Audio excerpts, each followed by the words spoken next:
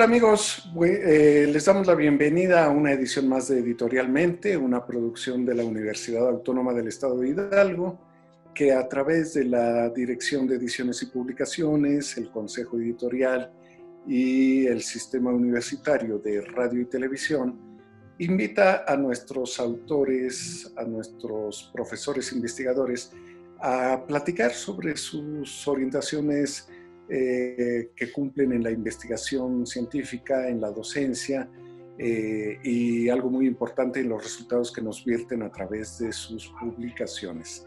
En esta ocasión nos da mucho gusto recibir a la doctora Raquel Ofelia Barceló Quintal. Ella es profesora e investigadora del Instituto de Ciencias Sociales y Humanidades en el área de Historia y Antropología. Y pues ella es doctora en Historia por el Colegio de México y se desempeña como profesora investigadora en este instituto. Ella coordinó un libro como coordinadora, compiladora y editora de este libro que se llama Cruzando Océanos y Fronteras, Migración Interna e Internacional. Aquí lo pueden ustedes apreciar.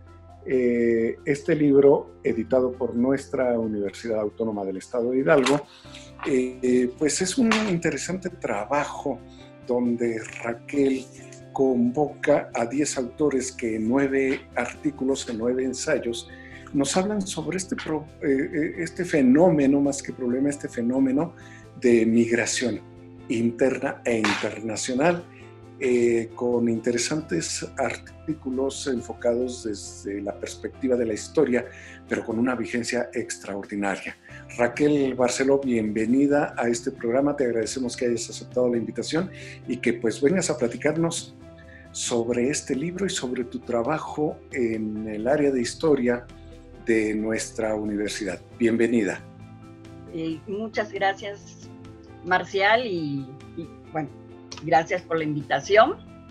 Y para mí es una experiencia esta entrevista en la época del coronavirus, ¿no? Virtual. Claro. Pero bueno, ya habrá ocasión de hacerlo en un espacio de la universidad. Además, Raquel, qué interesante que estemos trabajando desde el espacio que cada quien ha construido en su vida cotidiana, en su hogar. Buscamos siempre, además, vemos tu espacio lleno de libros. No sé por qué, ¿verdad? No sé por qué, pero bueno, esto es interesante, es una proyección también de aquello que significa vocación, dedicación, en fin. Raquel, tú hiciste este libro hace 2 años, Migración, relativa a la migración, cruzando océanos y fronteras, un título muy sugerente, que además, bueno, lo ilustras con una postal antigua, efectivamente. Ajá, de un barco que va de Hamburgo a América. Pero bueno, Raquel, ¿cuál fue tu intención? Porque tú has trabajado el tema de la migración, la ida y la vuelta. Esa migración, el eterno fenómeno de trasladarse. Y justamente antier estaba viendo un artículo de Ulises cuando está regresando a Ítaca y se tarda 10 años de la guerra y 10 años del viaje en volver a su tierra, la migración, la ida y la vuelta. Y me acordé mucho de tu libro porque dije, bueno, definitivamente la migración es un fenómeno eterno, es un fenómeno inmemorial. Humano. Y desde luego, en el caso de México, tú lo centras en los fines del 19, en este libro, los fines del 19, el 20 y tocando el 21. Dinos, ¿cuál fue tu intención al convocar a estos 10 autores para trabajar el fenómeno de la migración interna e internacional? Bueno, te cuento un poco la historia del libro. Yo tenía contemplado solo a historiadores, pero justo cuando estoy armando el libro, Pablo Serrano, un historiador amigo que le hizo un homenaje aquí tengo el libro, un homenaje a Martínez Assad, que también trabaja migración, me pidió una lista y se lo di y me dijeron, van a hacer 2 publicaciones y dije, bueno, que se queden unos conmigo y que vayan otros al libro el homenaje a Martínez de Asad, que se llama Inmigrantes y Diversidad Cultural en México, siglos XIX y XX. Entonces, este libro yo ya lo había contemplado cuando metí mi proyecto CONACYT. Y pensé en cruzar océanos y fronteras, porque la migración del siglo XIX era un cruce, obviamente hablando de la migración europea a América, se cruzaban los océanos.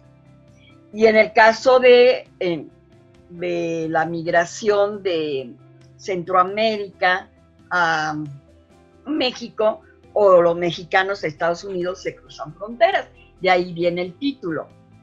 En realidad, el único capítulo que habla de cruce de fronteras es el mío, junto con la doctora Marta Judith Sánchez, que hablamos de un personaje terminada la Segunda Guerra Mundial, que se aventura a buscar trabajo a Estados Unidos, y bueno, cruza 25 veces la frontera. Y de ahí porque esa parte de nuestro trabajo habla de cruzando la frontera. Los demás compañeros sí hablan de migración y se establecen en diferentes lugares. En el libro, ¿sigo hablando? Claro, adelante, adelante. En el libro hay un capítulo bueno, el libro está dividido en dos partes. Sí. Una cruzando océanos y otra cruzando fronteras. En la primera parte es la migración internacional de europeos a México. Sí. Y son varios los que participan. El primero es sobre la llegada de franceses a Veracruz, sí, en la primera mitad del siglo XIX. Sí, sí. Otro, hay dos que hablan en dos momentos diferentes, hay dos capítulos, ¿no?, que hablan sobre momentos diferentes de la migración de coreanos. Claro. Uno a Yucatán, mucho. Sí. Uno a Yucatán y otro a la Ciudad de México, ¿no? Sí. Y en dos momentos diferentes para que se note el cambio de esta recepción de coreanos a México. Sí. Muy interesante la historia del historiador que habla sobre la llegada de los coreanos, porque se da justo en el momento del auge del Enequén. Claro. En este momento se necesitaba mano de obra. Sí. Y llegan con el intermediario que está en la casa, que está captando a los trabajadores que van a venir aquí a México, les vende una idea que no fue la realidad para ellos. Claro, sí. La realidad que les vende es que van a venir a buscar trabajo y que hay suficiente trabajo. Y fueron a trabajar a las haciendas enequeneras con la misma explotación que sufrieron los mayas y también los yaquis, que fue una migración interna en la época del Porfiriato, ¿no? Y muy sacrificada, desde luego. Muy sacrificada. Sí. Y bueno, el historiador va hablando de cómo fue la adaptación y sí, terminando algunos de ellos en dejar las haciendas para dedicarse a las hortalizas, a las lavanderías, ¿no? A otras actividades. A otras actividades diferentes. Menos esforzadas, claro. Sí. Y bueno, con el tiempo se mezclan las dos culturas. Claro, claro, sí, desde luego. Luego tienes aquí un artículo interesante, negociando la germanidad en tiempos de guerra, notas para el estudio de los alemanes en Yucatán. Justamente 1914-18, durante el periodo de la Primera Guerra. De la Primera Guerra Mundial. Las confrontaciones en la sociedad yucateca, pero particularmente entre los propios alemanes que vivían en la región. Fue un artículo que me llamó la atención. Sí, de Alma Durán Merck. Sí. Ella, su especialidad es la migración alemana. Así es. Y en esta parte, en el siglo XIX, que empiezan a llegar alemanes a la península de Yucatán, se dedicaron a negocios de comercio de ferretería, ¿no? Sobre todo, sí. Y, lo que ella proporciona es cómo construyeron la germanidad en un espacio de México, en este caso la península de Yucatán. Sí, sí. Pero juega un poco con el espionaje, ¿no? O sea, estos alemanes están mandando información a Alemania, y la autora sigue trabajando el tema, pero ahora con la Segunda Guerra Mundial, y es más interesante porque Alemania juega un papel muy importante en la Segunda Guerra Mundial. Sí, sí, sí. Muy interesante porque además habla de cómo los propios alemanes se dividen porque unos dicen, yo ya estoy en México y agradezco mexicano, sí, el hospedaje que me da el país y se confrontan con aquellos que juegan al espionaje. En fin, un artículo atrayente. Luego nos tienes uno que se llama Estudio Vasco, Exiliados Vascos, Represión Ideológica y Emigraciones Forzadas tras la Guerra Civil de España, desde luego, 1936-1939, de Óscar Álvarez Gila. Un artículo, un ensayo también muy interesante, Raquel. Sí, el doctor Álvarez Gila se especializa, porque él es un investigador de la Universidad del País Vasco. Sí. Y uno de sus temas es la migración de los vascos. Sí. Y tanto en el siglo XIX como en el siglo XX y el exilio español, ¿no?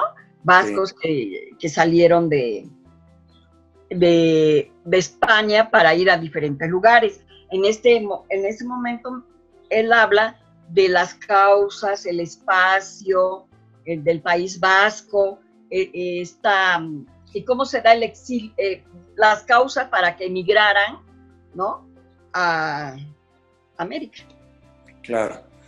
Tu siguiente capítulo es la inmigración coreana en México, 1960-2015, de Sergio Gallardo García, que como tú adelantabas hace rato, es una continuación de aquello que vimos a principios de siglo, otro tiempo, otra historia, otra realidad. Pero definitivamente creo que la lectura de estos dos artículos referidos a la inmigración coreana nos ayudan a entender mucho de lo que hoy está ocurriendo en esa parte tan interesante del país, el sureste, sobre todo el sureste peninsular.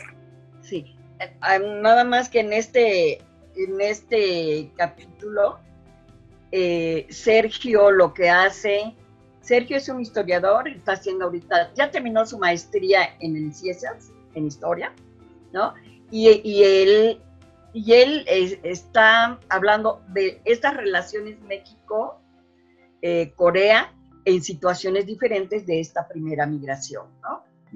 Esta primera migración, pues había ahí una fuerte migración de coreanos porque estaba en crisis Corea, ¿no? Y sobre todo el sur. Sí. Y él continúa estas relaciones de México con estos, bueno, ya son otros los migrantes, son los migrantes que ya o son profesionistas, que vienen a buscar un espacio a México, y bueno, sí se complementan, porque son el mismo grupo, el mismo país, que sale de Corea hacia la ciudad, hacia México, al país, uno en la península y otro en el centro. Claro, interesantes de verdad la confrontación, me parece. Entramos a la segunda parte, que es migración y frontera. En esta segunda parte tú incluyes 4 ensayos y de ellos el primero justamente lo trabajas tú, Raquel, la doctora Marta Judith Sánchez. Exactamente, y se llama Cruzando la Frontera México-Estados Unidos por Mexicali en 1950-54, la experiencia de Rafael Morales Mendoza. ¿Por qué tan importante este personaje en esta época? El señor Morales fue un señor que, según yo, sí hizo el sueño americano. Pero es un señor que nunca perdió la perspectiva de su lugar de origen. como otros que ya se sienten americanos. Pero este sí hizo el sueño porque tiene 4 hijos, el señor ya falleció,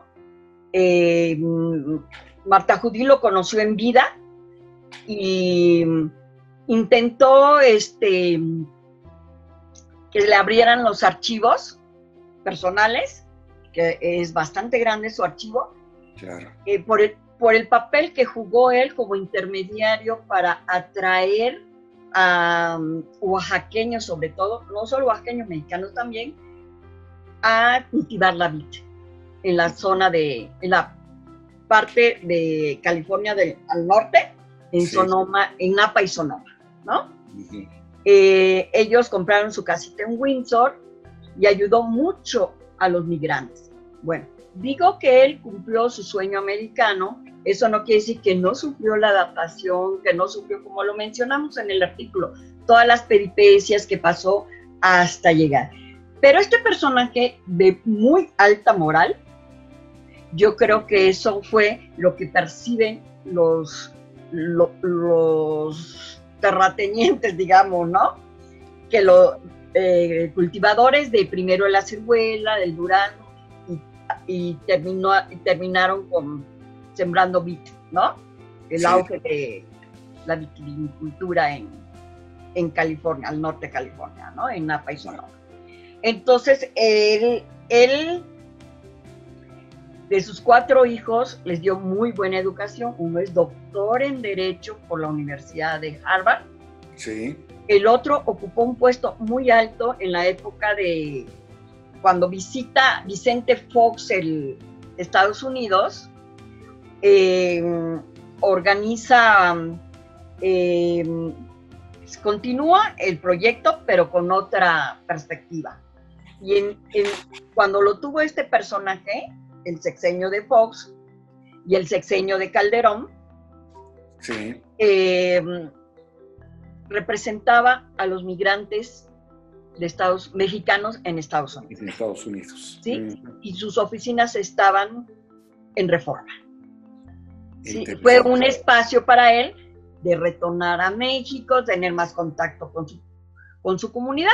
Y estos 2 hermanos juegan un papel importante en Estados Unidos porque son los que crearon Radio Latino, que todo el mundo escucha. Y yo cuando trabajé en casa de la señora Conchita, junto con Marta Judí, prendíamos Radio Latino para impregnarnos, ¿no? De qué trata la radiodifusora.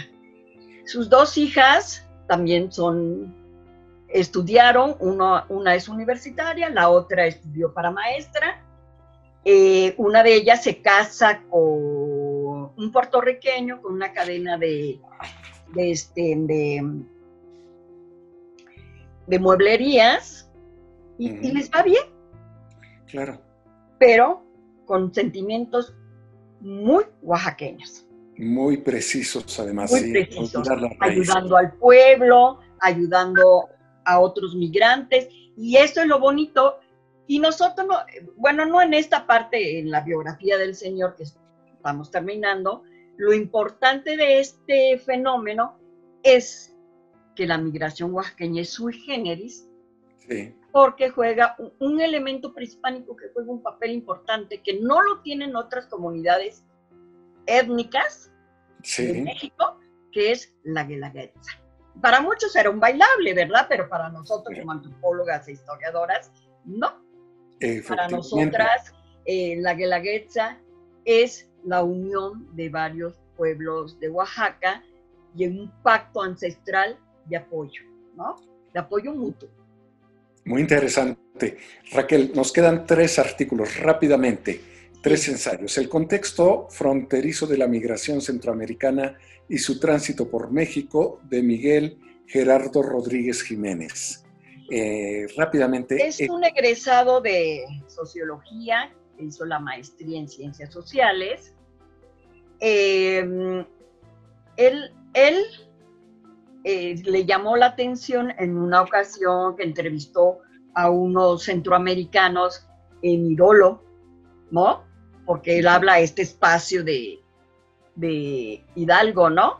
Claro. Y empezó a estudiar la ruta del tren y bueno, aprovechó que estos se quedaron en la estación un poco para ganar dinero y seguir su viaje, y los entrevistó, y ese es el producto De este trabajo de campo.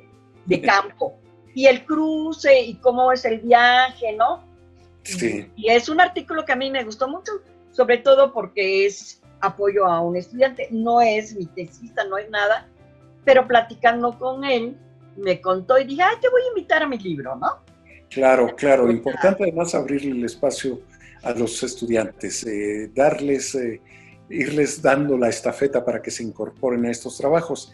El siguiente es ideas sobre la frontera, paso del norte como espacio para la inmigración, y es de Iván Trapaga de la Iglesia. ¿Qué ocurre con este ensayo? Él es un doctor en antropología, es español y trabajó muchos años en la frontera del norte, en el norte. Y primero me había planteado un trabajo interesante y le dije no, porque nos vamos a perder en la frontera india, la frontera no india del norte, mejor solo la migración, le dije, ¿no? Y él habla, es un trabajo teórico, ¿no? Sí. No más que un trabajo de campo. Entonces me dijo, ya sé qué te voy a hacer un trabajo teórico, ¿no? Y pues caracterizar precisamente la frontera norte, cómo se vive la frontera norte, cómo se conceptualiza y se idealiza la frontera, ¿no? Claro, y pues, creo que nos da un marco de referencia interesante para el siguiente ensayo, el último de esta serie, que se llama Migración, Mujeres y Violencia en la Frontera Juarense, aquí lo leo, de... una profesora de la universidad. Sonia Vaz Zavala, un artículo que además está vigente, que ha dolido mucho a la sociedad mexicana. Con este ensayo cierra el libro que tú nos ofreces. En este capítulo fue interesante. Ella está trabajando migración de adolescentes en la frontera. Muchos años trabajó la frontera. Y me dijo, ¿puedo hacer esto? Yo le dije que sí. Cuando llegan los dictámenes, uno de ellos dice que ese libro está fuera del tema. Y bueno, yo dije sí, porque dice cruzando océanos y frontera. Pero sí está hablando de la frontera, entonces yo le agregué, para no sacar el capítulo de ella, migración interna internacional. ¿Por qué migración interna? Migración interna porque son todas estas gentes, centroamericanos o mexicanos, que llegan a la frontera norte y no cruzan. No cruzan, se quedan en la frontera y viven una serie de experiencias producto de su migración. Pero sí es migración internacional porque vienen también de Centroamérica. Así es. Ahora, yo como investigadora, a mí me gusta abrir la historia, la sociología, la demografía, etcétera, estar abierta. Pero los que son solo historiadores piensan que esperan un artículo muy, muy historiador y que crucen la frontera. Para mí, la frontera no es cruzarla. La migración también genera en los límites de los países una serie de fenómenos que viven los migrantes y de fenómenos que viven los habitantes de estos espacios, ¿no? Así es. Y con esto, bueno, nos encontramos con una gama de artículos interesantes, además muy vigentes, aunque están con el enfoque de una historiadora, tu caso, pero yo lo ampliaría de una científica social. Incorporas una serie de visiones que guardan una vigencia a veces inclusive dolorosa para esta sociedad que se enfrenta con problemas de ida y vuelta, de tránsito, de traspaso de fronteras y de combate a esta migración. Raquel, una última pregunta, ¿por qué recomendarías a la gente que lea tu libro? Sean historiadores o no, sean antropólogos o no, ¿por qué deben leerlo? Porque además es un libro escrito para leerlo alguien, aunque no esté inscrito en las áreas de estudio de las ciencias sociales. ¿Por qué nos recomendarías leer tu libro?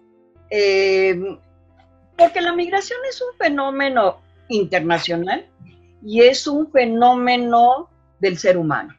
Desde que el ser humano está sobre la faz de la Tierra, ha migrado. Claro que hay periodos en la historia en que no hay límites, esa es una creación de la política, ¿no? De los países, ¿no? Y esa política trae una serie de requisitos que hay que cumplir, como por ejemplo sacar nuestro pasaporte, o por qué los mexicanos cruzan sin documentos, ¿no? Y aquí sería, ¿por qué salen de México? Así es. No solo cruzar, sino buscar las causas de por qué emigran. La migración es un fenómeno que se tiene que estudiar en ambos lugares. Los de recepción, lugar de recepción y de expulsión, ¿no? Claro. Para entender el fenómeno de por qué se migra. No hablé del primer capítulo, que es de un chico que ya se doctoró en el Colegio de Michoacán, muy buen historiador. Él habla de una migración iniciando el México independiente y en un espacio que es el espacio de recepción del 80 o 90% de los migrantes del siglo XIX. No había aviones, ¿verdad? Que llegaban al puerto de Veracruz. Así es. Y él estudia al grupo de los franceses.